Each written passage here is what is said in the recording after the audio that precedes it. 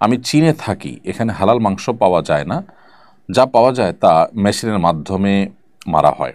এই পরিস্থিতিতে আমার কি করা উচিত?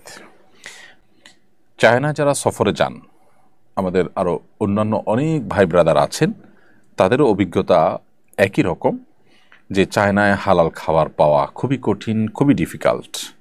আমি জানি না চায়না যারা থাকেন সেখানে মুসলমানদের আনাগোনা, মুসলমানদের উঠা বসা, এরকম এলাকাগুলোতে হালাল ফুডের বিজনেস অন্তত ব্যবসায়িক উদ্দেশ্যে না হলেও দিনই কারণে সেটার পরিমাণ বাড়ানোর চিন্তা কেউ করছেন কিনা।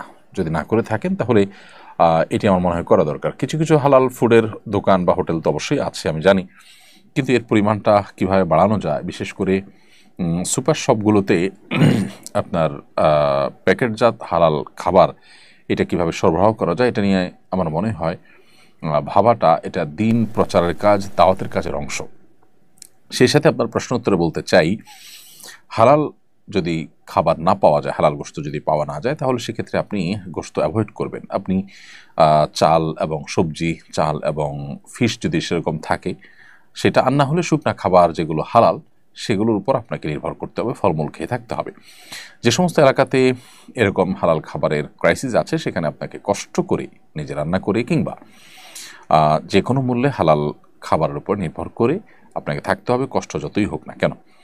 এক্ষেত্রে বিভিন্ন চেইন শপের যে সমস্ত চিকেন ফ্রাই ইত্যাদি পাওয়া যায়, সেগুলো হালাল নয় সেখানে, কারণ সেখানে আসলে মুসলমানদের সংখ্যা খুব কম হওয়ার কারণে হালাল ফুড, হালাল খাবারের সেই কমিটমেন্ট চেইন শপগুলো, অর্থাৎ আন্তর্জাতিক যে চেইন শপগুলো আছে সেগুলোর কথা আমি বলছি, সেগুলো সাধারণত তারা মেনটেন করে না, যার কারণে সেটা খাওয়া কিন্তু জায়েজ হবে না।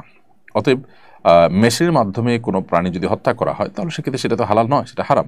অতএব সেই প্রাণী গোশত আপনি খেতে পারেন না। এজন্য কিছুটা কষ্ট হলেও চায়না যারা সফর করছেন বা এই জাতীয় আরও অন্যান্য জায়গায় যারা আছেন, তারা হালাল ফুড না পেলে, হালাল গোশত না পেলে, তারা প্রয়োজনে শুকনা খাবার অথবা হালাল ব্রেড, তারপরে বিভিন্ন রকম ভেজিটেবল ইত্যাদি খেয়ে, ফলমূল খেয়ে তাদেরকে সময় কাটাতে হবে, আল্লাহর জন্য স্যাক্রিফাইস করতে হবে।